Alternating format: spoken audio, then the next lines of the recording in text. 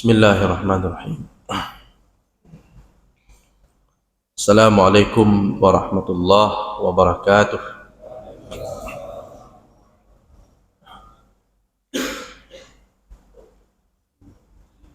Alhamdulillahi rabbil alamin.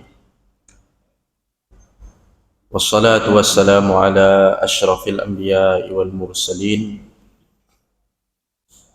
wa ala alihi wa sahbihi wa man ihtada bihadyihi wastanna bisunnatihi ila yaumiddin, amma ba'd. Hadirin kaum muslimin wal muslimat, jamaah maghrib yang dirahmati Allah subhanahu wa ta'ala. InsyaAllah kita akan melanjutkan kembali pengajian tafsir surah Abasa ayat 17 dan seterusnya. Allah subhanahu wa ta'ala berfirman, A'udzu billahi minasyaitonir rajim. Qutilal insanu ma akfarah min ayyi syai'in khalaqah min nutfatin khalaqahu faqaddarah summa as-sabila yassarah summa amatahu faqbarah summa idza syaa'a ansyarah kalla lamma yaqdi ma amarah falyanzuril insanu ila ta'amih anna sababnal ma'a sabba summa syaqaqnal arda syaqqa فأنبتنا فيها حبا وعنبا وقضبا وزيتونا ونخلا وحدائق غلبا وفاكهة وأبا mata'an lakum wa li'an'amikum.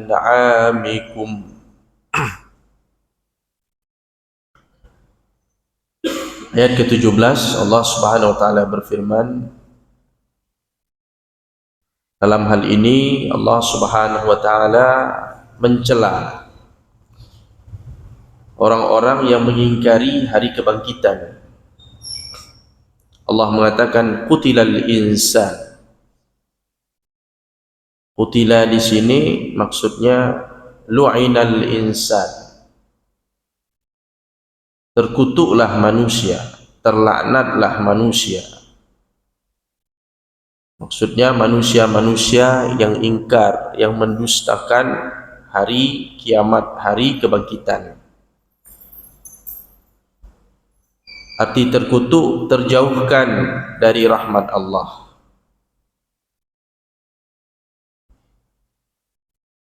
Qutilal insan, terkutuk, terlaknat, celaka dengan bahasa lainnya. Ma akfarah, salah satu tafsir mengatakan ma akfarah di sini alangkah kufurnya manusia itu, alangkah ingkarnya dia terhadap kebenaran yang Allah Subhanahu wa taala sampaikan melalui lisan para nabi, para rasul. Jadi ma di sini bermakna ta'ajjub, alangkah kufurnya, seperti kita mengatakan alangkah indahnya, alangkah bersihnya, alangkah mulianya. Itu namanya ta'ajjub, kalimat ta'ajjub. Pendapat lain mengatakan ma di sini istifham. Kalau ma istifham berarti artinya apa, bukan alangkah. Jadi kalau diartikan ma ini istifham, artinya ma akfarah, apa yang menyebabkan manusia menjadi ingkar. Kenapa dia jadi ingkar dan mendustakan ayat-ayat Allah? Kenapa dia tidak beriman, tidak percaya? Apa yang menyebabkan dia menjadi kafir seperti itu? Kalau ma di situ bermakna istifham, bertanya. Tapi kalau bermakna ta'ajub artinya alangkah. Jadi dua-duanya boleh kita tafsirkan demikian, karena itu ada penjelasan dari para ulama. Disebut oleh Ibnu Jarir At-Tabari salah satunya. Pendapat ketiga, ma akfarah artinya alangkah terkutuknya dia, alangkah celakanya manusia itu. Manusia mana? Manusia yang mendustakan ayat-ayat Allah, tidak beriman kepada kebenaran yang telah Allah sampaikan di dalam Al-Quran dan yang telah diberitakan oleh Nabi sallallahu alaihi wasallam. Jadi kalimat pada ayat ke-17 ini mengandung celaan terhadap mereka yang ingkar. Jadi bukan semua manusia, hanya yang ingkar saja. Min ayyi syai'in khalaqah, ayat 18. Min ayyi syai'in khalaqah, dari apakah manusia itu diciptakan oleh Allah Subhanahu wa ta'ala. Jadi di sini bentuknya memang pertanyaan, tapi Allah maksudkan di sini Allah mempertanyakan. Artinya Allah ingin manusia ini mengingat kembali, menyadari kembali asal mula penciptaannya. Kenapa manusia jadi sombong? Coba ingat-ingat dulu dia diciptakan dari apa. Karena kalau orang sudah terlalu sombong, sudah sukses, sudah sombong, kita patut ingatkan dia dulu masa lalunya seperti apa. Biasanya kalau orang punya hati, dia akan teringat, oh ya, saya tidak pantas sombong. Kalau ada anak yang sombong sehingga dia melawan, durhaka kepada orang tuanya, ingatkan dia waktu dulu masih kecil, dalam kondisi tidak berdaya, tidak tahu apa-apa, tidak bisa apa-apa. Siapa yang mengurusnya? Diingatkan tentang masa lalu dia. Manusia pun harus sering-sering diingatkan, karena kalau sudah terlalu tinggi, besar kepala, sudah sombong, lupa dia dari apa dia pertama diciptakan, kemudian waktu lahir bagaimana kondisinya, apa modal dia waktu lahir itu, apakah waktu lahir dia ada bawa perhiasan, ada bawa uang yang banyak, ada bawa jabatan waktu lahir itu. Yang ada cuma tangisan, suara tangisan. Di min ayyi syai'in khalaqah, dari apa? Ya, manusia itu diciptakan oleh Allah Subhanahu wa taala. Dan ini juga Allah ingin mengingatkan manusia sebagaimana Allah dulu menciptakannya dari sesuatu yang tidak bernilai apa-apa, kemudian jadi manusia dengan kuasa Allah, dengan izin Allah, maka Allah pun mampu mengembalikan dia setelah dia mati. Jadi dalam rangka mengajak manusia untuk beriman kepada hari kebangkitan. Dulu tidak ada menjadi ada, kemudian sudah ada meninggal dunia, hancur badannya, tubuhnya, Allah kuasa mengembalikannya, menghidupkannya kembali untuk diminta pertanggungjawaban. Jadi ayat-ayat ini dan semisalnya dalam rangka memperteguh keimanan tentang hari kebangkitan. Kemudian Allah langsung jawab sendiri pada ayat ke-19. Min nutfatin khalaqahu faqaddarah. Allah Subhanahu wa taala menciptakannya dari nutfah, dari setetes air, setetes mani itu. Ya, berproses di dalam rahim. Setelah tiba waktunya, berapa hari itu ditiupkan ruh? 120 ya, 120 hari. Maka kemudian faqaddarah, lantas Allah Subhanahu wa taala membuat ketetapan-ketetapan, keputusan-keputusan. Jadi datang malaikat meniupkan ruh kepada makhluk tadi yang akan diciptakan tadi, kemudian ditetapkan ajalnya, rizkinya, segala hal dalam kehidupannya ditetapkan di situ. Jodohnya, amalannya, semuanya. Kemudian qaddara di sini juga bermakna Allah tetapkan fase-fase kehidupannya. Di setiap kehidupan manusia ada fase-fasenya. Qaddara juga artinya Allah tetapkan untuk dia perangkat-perangkat tubuh yang membuat dia bisa hidup. Allah tetapkan kedua matanya, kedua telinganya, hidungnya, kepalanya, organ-organ tubuhnya, tangan dan kakinya, sehingga dia mampu menjalani kehidupan ini dengan izin Allah Subhanahu wa taala. Jadi dimulai dari setetes nutfah yang kemudian dibuahi, berproses menjadi alaqah, menjadi mudghah dan seterusnya. Kemudian ada diciptakan tulang-tulang oleh Allah, tiupkan ruh. Kemudian apabila waktunya telah tiba, dia pun akan dilahirkan ke dunia. Summas sabila yassarah. Kemudian Allah Subhanahu wa taala mempermudah baginya jalan keluar.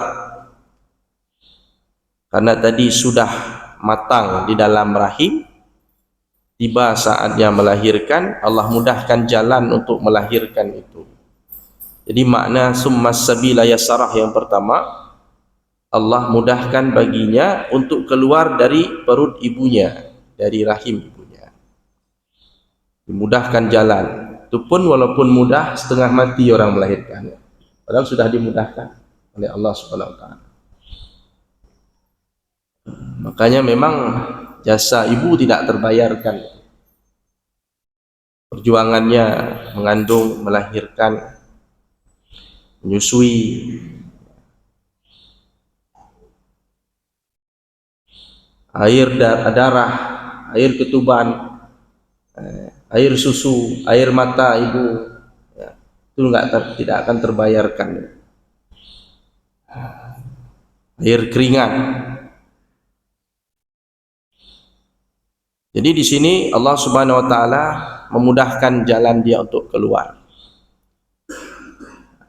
Ada yang normal, ada yang operasi, macam-macam cara. Yang jelas manusia bisa dikeluarkan dari rahim ibunya itu. Pendapat yang lain mengatakan summas sabila yassarah, artinya dan Allah mudahkan baginya jalan, maksudnya Allah jelaskan baginya dalam kehidupan ini mana yang hak dan mana yang batil, mana yang benar, mana yang salah. Sebagaimana disebut dalam surah Al-Insan, inna hadainahu as-sabila imma syakiran wa imma kafura. Sesungguhnya kamilah yang memberikan petunjuk jalan kepada manusia. Ada di antara mereka yang bersyukur, tapi juga ada yang kufur. Jalan sudah dijelaskan oleh Allah melalui Rasulnya. Ada hidayah, ada kesesatan, maka kemudian seseorang memilih jalannya. Kaum muslimin sekalian yang dirahmati Allah Subhanahu wa taala.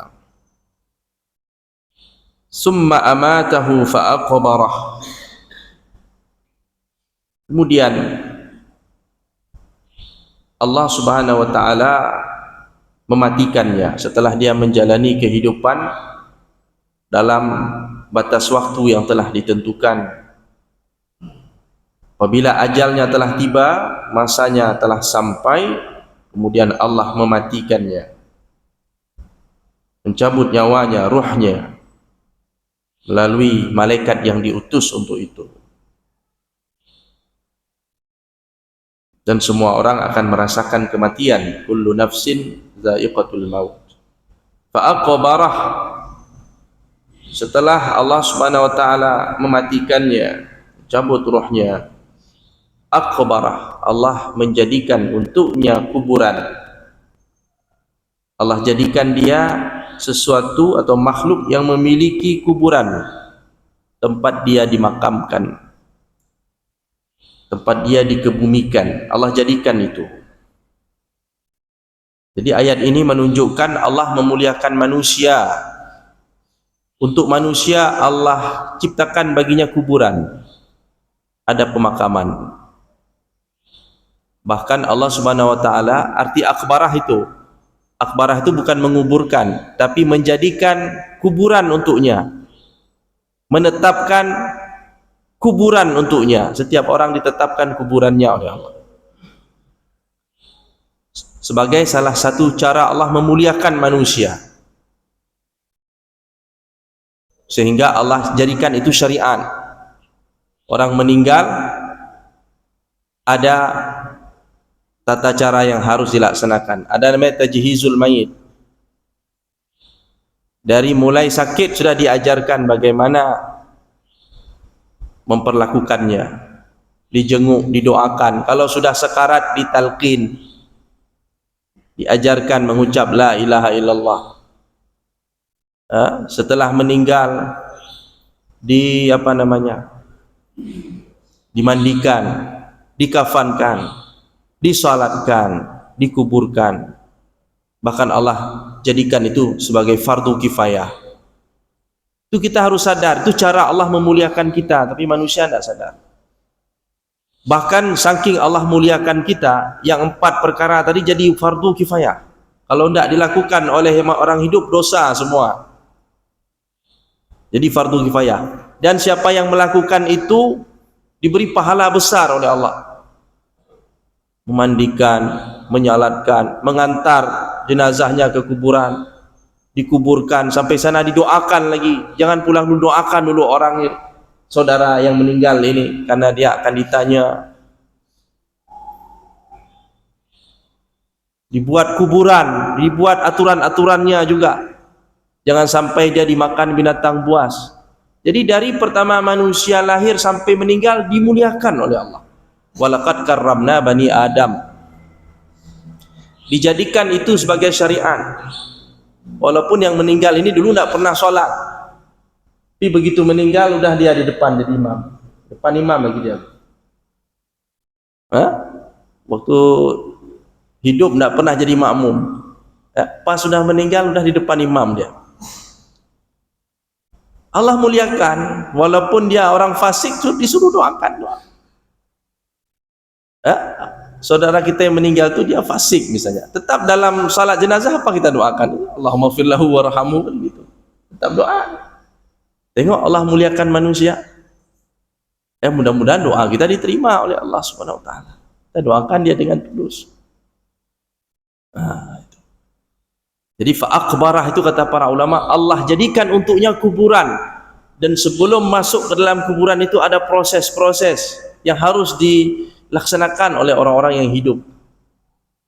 Sampai-sampai Nabi dulu mengatakan, kalau bukan karena khawatir kalian tidak berani untuk menguburkan orang dalam kuburan, membawa jenazah ke kuburan, sungguh aku berdoa kepada Allah agar azab kubur diperdengarkan. Tapi itu tidak dilakukan oleh Nabi. Nabi tidak berdoa supaya azab kubur diperdengarkan kepada kita. Nabi khawatir tadi tidak ada yang berani ke kuburan. Kalau ada jenazah meninggal, ya udah. Kalau sempat dengar azab kubur, tidak ada yang berani ngantarin ke pemakaman itu Bapak Ibu. Ya udah tinggal di situ aja. Tidak ada jasad manusia jadi macam binatang. Kalau kucing coba tengok, kucing mati itu. Kucing mati, tikus mati, ayam mati. Tidak semulia manusia. Yang paling mulia manusia. Allah muliakan manusia dari segala hal. Itu harus kita syukuri.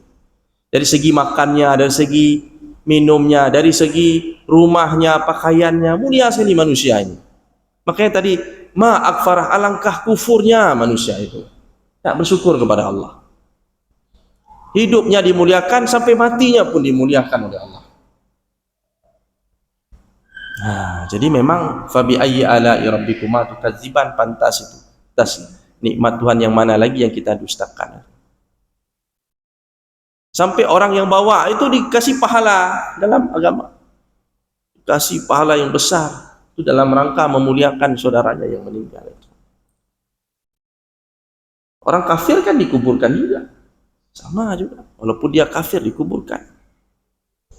Ya, Allah muliakan manusia. Jadi kita tidak seperti makhluk-makhluk lain yang apabila mati ya dibiarkan begitu saja. Ada perlakuan khusus untuk manusia. Bapak Ibu sekalian yang dirahmati Allah Subhanahu wa taala. Kemudian setelah dikuburkan, summa idza syaa'a ansyarah, kemudian apabila Allah berkehendak, maka Allah akan membangkitkannya setelah kematiannya. Allah bangkitkan, hidup kembali. Setelah kehidupan dunia ini berakhir, semuanya sudah mati, Allah hidupkan kembali. Dalam sebuah hadis sahih disebutkan oleh Nabi sallallahu alaihi wasallam, ya'kulut turab kulla syai'in minal insan illa ajba zanabihi. Wa ma huwa ya Rasulullah? Ya.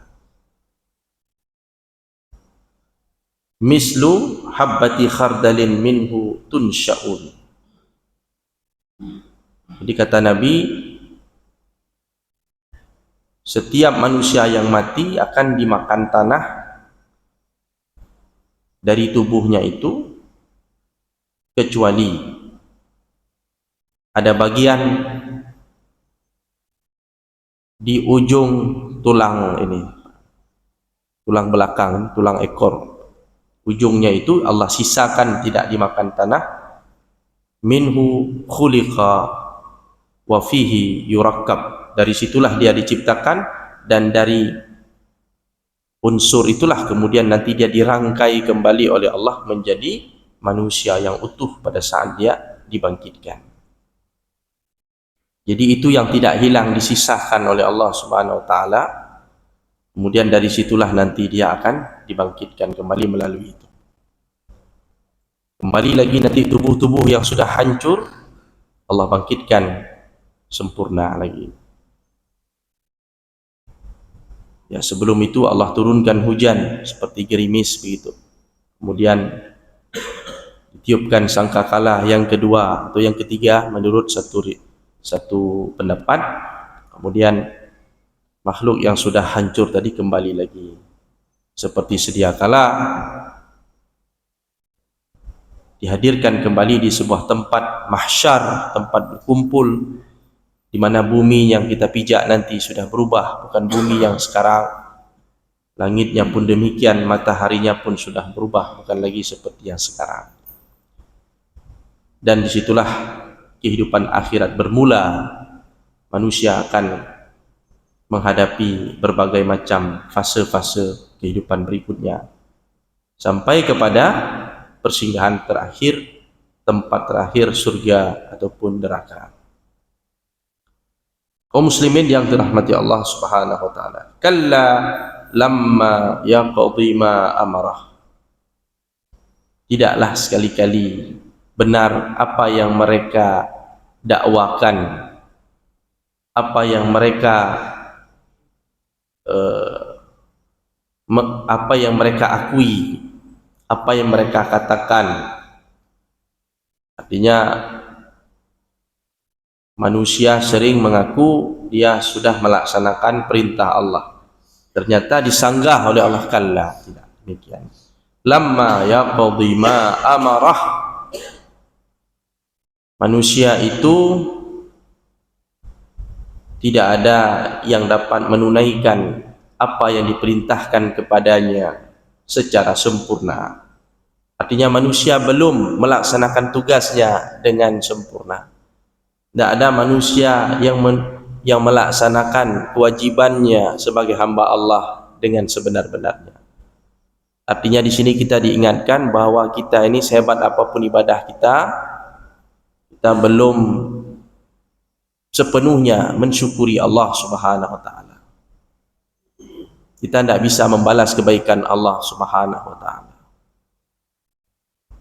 Walaupun kita sudah salat, kita sudah puasa, kita sudah mengabdi, berbakti, berkurban untuk Allah Subhanahu wa taala, lillahi taala, tapi tidak ada seorang pun yang melaksanakan itu dengan sepenuhnya, kecuali para nabi tentunya yang sepenuhnya hidupnya untuk Allah Subhanahu wa taala. Itu pun Rasulullah pun merasa bahwa amalnya tidak menyelamatkan dia dari neraka, amalnya tidak memasukkannya ke dalam surga. Nabi Muhammad saja mengatakan dia masuk surga karena rahmat Allah. Itu Nabi Muhammad, ya. Apalagi kita yang banyak dosa ini, banyak sekali melakukan pelanggaran, melanggar janji kita kepada Allah. Lamma yaqdi ma amarah. Itu satu tafsir seperti itu dikatakan. Ada tafsir lain, maksud kalla lamma yaqdi ma amarah, artinya Allah Subhanahu wa taala belum melaksanakannya sekarang. Karena tadi ayat di belakang mengatakan jika Allah berkehendak Allah akan bangkitkan manusia. Apakah Allah membangkitkannya sekarang? Belum. Allah belum melakukan itu sekarang. Nanti setelah semua makhluk habis dengan peristiwa kiamat tadi, semuanya sudah mati, semuanya sudah masuk kubur, itulah saatnya Allah Subhanahu wa taala menghidupkan, membangkitkan mereka kembali.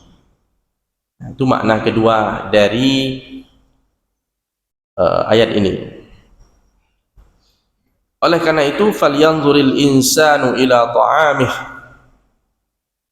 Hendaklah manusia memperhatikan kepada makanannya. Yang selama ini kita sudah makan, tolong diperhatikan. Bukan sekedar memperhatikan makanannya ini enak atau tidak, tapi disuruh perhatikan makanan yang kita makan ini merupakan nikmat dari Allah yang harus disyukuri. Jadi di sini perintah melihat, memperhatikan mengandung makna imtinan dan istidlal. Imtinan artinya Allah ingin kita betul-betul merasakan nikmat Allah itu, supaya kita terdorong untuk bersyukur. Itu tujuannya, disuruh perhatikan. Jadi di meja makan nanti, untuk mau makan, perhatikan itu. Setiap makanan yang terhidang, nasi itu, lauk pauknya, ikannya itu. Bayangkan itu nasi tumbuh dari padi, tumbuh di sawah, ikan dari laut. Itu bagaimana Allah mudahkan itu sehingga terhidang di depan kita. Kalau seandainya bukan Allah yang memudahkan itu bagaimana? Kalau kepingin ikan kita harus pergi ke laut atau mancing. Bagaimana? Siapa yang menumbuhkan padi itu, yang menumbuhkan sayur-sayuran itu? Kalau Allah mudahkan semua kehidupan kita ini melalui orang-orang manusia lain, ya, saling melengkapi. Maka disuruh perhatikan supaya kita mensyukuri nikmat Allah. Makanya tidak boleh kita tengok makanan kita hina makanan. Rasulullah tidak pernah menghina makanan. Itu di antara akhlak Nabi SAW. Kalau Nabi selera dia makan, kalau tidak dia tidak makan, dan dia tidak mengomentarinya dengan sesuatu yang tidak baik. Nah, itu Nabi. Jadi pertama untuk kita menjadi hamba yang bersyukur, baca doa, baca bismillah sebelum makan, setelah makan baca doa, jaga adab-adabnya, itu cara kita bersyukur. Yang kedua istidlal. Istidlal ini artinya kita melihat makanan yang kita makan dan apa yang ada di sekeliling kita, fenomena alam dan sebagainya, untuk menjadi bukti bahwa sebagaimana Allah mampu menghadirkan ini semua, menumbuhkan tanaman-tanaman tadi, menurunkan hujan dan sebagainya, maka Allah pun mampu menghidupkan kembali tubuh yang sudah mati, yang sudah menjadi tulang belulang. Tetap ujung-ujungnya ke sana.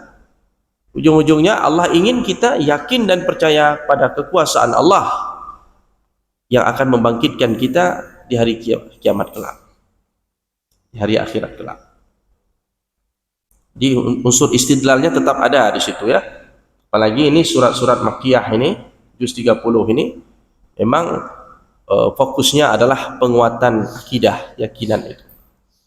Anna sababnal ma'a sabba, ya, sungguh kami telah mencurahkan, menuangkan air hujan yang deras dari langit ke bumi. Nah, itu perhatikan hujan itu nikmat Allah, ya, harus kita syukuri. Summa syaqaqnal arda syaqqa, kemudian kami kami belah bumi itu sehingga hujan tadi yang turun masuk ke dalam pori-pori bumi, ya, tinggal di dalamnya. Ada yang menjadi mata air nanti, ada juga untuk menumbuhkan tanaman-tanaman. Jadi diresap itu air, itu juga tanah meresap air, itu juga karunia dari Allah. Coba bayangkan kalau seandainya tanah tidak punya kemampuan untuk meresap air yang turun, dari bagaimana kejadiannya? Habislah kita semua. Makanya Allah sudah ciptakan alam semesta ini cukup ramah untuk kita tinggal dan hidup. Cuma karena keserakahan manusia, akhirnya dia rusak alam ini, lingkungan ini, sehingga manusia mengalami kesusahan, ya, akibat ulah tangannya sendiri. Kemudian setelah itu fa'ambatna fiha habba, kemudian kami tumbuhkan dari tanah tadi habba, biji-bijian untuk kita makan, gandum, beras dan lain-lain sebagainya, panen pokok, bumbu-bumbu dan sebagainya, itu Allah tumbuhkan. Maka perhatikan itu. Itu belanja ke pasar itu, tengok sayur, tengok itu, perhatikan. Jadi orang Islam itu disuruh tadabbur, tafakur. Tidak hanya disuruh baca ayat yang tersurat, suruh baca juga ayat-ayat yang tersirat. Itu kerjaan orang beriman itu. Kalau ngomong, omongannya bermanfaat. Kalau tidak ngomong, diam, dia bertafakur. Dan itu juga akan menambah iman dia kepada Allah. Pada saat kita di dapur tengok itu bahan-bahan yang akan diolah menjadi makanan, harus ingat nikmat Allah. Itu pergi ke pasar, tengok ikan, tengok sayur, tengok macam-macam itu. Itu istidlal itu harus ada, istidlal itu. Dan imtinan tadi, istidlal dan imtinan itu keywordnya itu, kata kuncinya itu. Apapun yang kita lihat, imtinan dan istidlal. Tengok hujan, turun hujan, imtinan, Masya Allah. Rabbana ma khalaqta haza batila. Ini nikmat Allah. Dan istidlal, sebagaimana Allah kuasa menurunkan hujan, Allah kuasa atas segala sesuatu, termasuk mematikan kita dan membangkitkan kita. Itu harus ada. Itu orang Islam harus seperti itu dia. Jangan kosong aja pikiran. Ya. Dan itu ada pahalanya, ada ibadah itu, ibadah kepada Allah. Melalui tafakkur, wa inaba wa qadba. Kemudian Allah tumbuhkan juga inab, anggur, buah anggur ya. Nah, ini sebagai contoh sampel saja. Wa qadba, qadba ini ada yang mengatakan al-alaf, pakan. Rumput-rumputan, daun-daunan yang bisa dimakan oleh hewan ternak. Kalau di Arab itu ada namanya barsim, itu lembu, kambing, onta dimakan barsim. Daun-daun yang hijau itu ya, yang menjalar ataupun yang tumbuh ya, untuk dimakan oleh hewan ternak. Jadi rezeki yang Allah berikan bukan untuk manusia aja, untuk hewan ternak juga ada. Dan ujung-ujungnya nanti hewan ternak itu pun untuk manusia juga. Jadi memang Allah muliakan manusia. Udah tanaman untuk manusia, hewan untuk manusia juga Allah berikan. Nah, itu harus disyukuri. Wa zaituna wa nakhla, kemudian Allah tumbuhkan zaitun. Nah, Allah sebutkan zaitun yang manfaatnya cukup banyak. Silakan nanti dibaca apa manfaat zaitun. Biasanya kalau Allah sudah sebut itu berarti ada rahasia di situ. Allah tidak sebut sesuatu yang sepele. Allah kalau sudah disebut sama Allah berarti ada sesuatu yang hebat. Coba nanti baca tentang zaitun, apa manfaat zaitun. Wa nakhla, kurma. Kata para ulama, kurma ini dimakan dalam segala hal, dalam segala fase bisa dimakan. Kalau pertama muncul namanya talak itu bisa dimakan. Kemudian fase berikutnya balah, fase berikutnya busr, fase berikutnya rutab, fase berikutnya tamar. Makanya ada itu ya, kurma muda. Itu orang Arab itu setiap fase buah kurma sudah ada namanya. Tal'on, balhon, busron, rutabun, dan tamrun. Dengan segala macam jenisnya. Puluhan jenis kurma. Maka kita tengok ada yang panjang, ada yang bulat-bulat, macam-macam itu jenis kurma. Nah. Dan kembali silakan tengok apa manfaat kurma. Saya cuma kasih kisi-kisi saja. Ditengok sendiri itu apa manfaat kurma dalam ilmu gizi ya. Nah, itu kurma. Ada yang rutin makan kurma, alhamdulillah. Wa hadaiqa ghulba. Allah buat juga di dunia ini kebun-kebun yang lebat. Kebun-kebun yang lebat. Itu juga Allah yang tumbuhkan. Ya, wa hadaiqa ghulba. Wa fakihatan wa abba, buah-buahan. Allah ciptakan buah-buahan yang kita nikmati selama ini, yang kita sering lupa pun baca bismillah. Kalau tengok buah langsung makan terus, lupa baca bismillah, lupa kita bersyukur. Padahal dengan makan buah kita bisa dapat pahala apabila kita mensyukurinya. Jadi banyak yang kita makan, tapi kenapa pahala sedikit? Padahal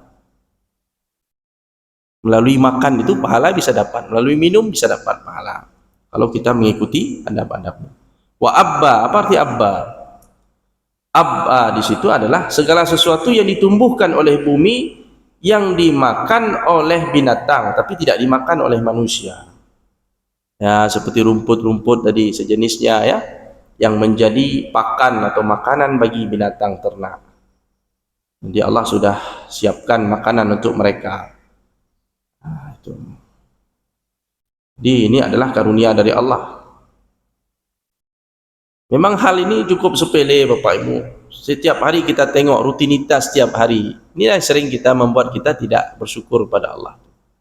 Karena kita anggap itu sudah biasa. Padahal disitulah mukjizatnya. Mukjizat yang terselubung di balik penciptaan Allah dalam keseharian kita itu. Maka kalau Bapak Ibu mau cari mukjizat, nggak ada lagi mukjizat Pak Ustaz sekarang. Dulu ada tongkat jadi ular, ada tanah liat jadi burung, ada orang mati hidup kembali. Karena nggak ada lagi mukjizat. Siapa bilang nggak ada lagi mukjizat? Pergantian siang malam, penciptaan langit bumi, segala kejadian alam semesta ini semua mukjizat.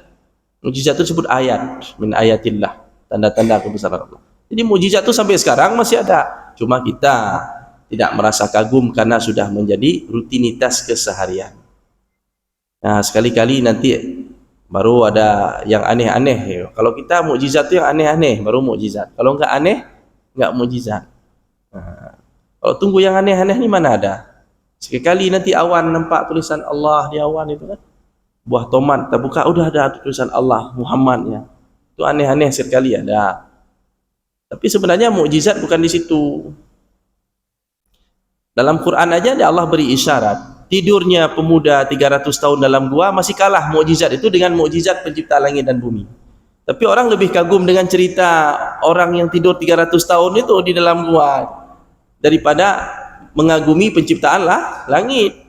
Nah, maka perlu kita evaluasi apa kita itu, cara pandang kita terhadap mukjizat. Orang mengatakan mukjizat dah enggak ada lagi, padahal alam semesta ini penuh dengan mukjizat yang harus kita syukuri, imtinan dan istidlal tadi. Ya. Wa faqihatan wa abba. Jadi abba ini ya semacam sayur-sayuran, apa tumbuhan-tumbuhan hijau. Memang dulu Abu Bakar ketika ditanya apa itu abba, Abu Bakar mengatakan, langit mana yang akan menaungiku dan bumi mana yang akan mengangkat beban tubuhku jika aku berkata atau berpendapat tentang kitabullah dengan sesuatu yang aku tidak mengetahuinya. Jadi waktu ditanya kepada Abu Bakar tentang abba, beliau tidak berani komentar banyak-banyak tentang abba itu. Ya, serahkan kepada Allah. Yang jelas dia adalah tumbuhan, tanaman yang ditumbuhkan oleh Allah. Umar bin Khattab pun begitu. Artinya Umar nggak tahu persis apa yang dimaksudkan abba dalam ayat ini. Bagaimana bentuknya, jenisnya, bagaimana sifatnya, karakteristiknya, tidak tahu pasti. Yang jelas abba itu sesuatu yang ditumbuhkan oleh Allah dari bumi ini setelah Allah menurunkan hujan tadi. Yang terakhir, mata'an lakum wa li an'amikum. Semua yang sudah Allah ciptakan hadirkan dalam kehidupan kita ini mata'an lakum, sebagai nikmat bagi kalian sampai batas waktu yang ditentukan. Jadi mata' ini bukan sesuatu yang abadi, dia terbatas waktu. Sesuatu yang tumbuh akan mati, akan layu dan seterusnya. Di sebagai kenikmatan hidup kita yang punya batas waktu, wali an'amikum, bukan hanya untuk kita tapi juga untuk binatang-binatang ternak yang kita pelihara selama ini, yang kita gembalakan, mereka juga mendapatkan nikmat dari Allah Subhanahu wa taala, dan semua itu kembali kepada manusia juga. Oleh karenanya tepat sekali ketika Allah mengatakan di awal tadi, qutilal insanu ma akfarah, betul-betul celaka manusia dan betul-betul dia sangat ingkar kepada Allah Subhanahu wa taala dan sangat kufur terhadap nikmat Allah Subhanahu wa taala. Mudah-mudahan Allah Subhanahu wa taala menggolongkan kita ke dalam golongan hamba-hambanya yang bersyukur. Amin ya rabbal alamin. Aqulu qawli hadza wa astaghfirullah li wa lakum. Subhanakallahumma wa bihamdika asyhadu an la ilaha illa anta nastaghfiruka wa natubu ilaik. Assalamualaikum warahmatullahi wabarakatuh.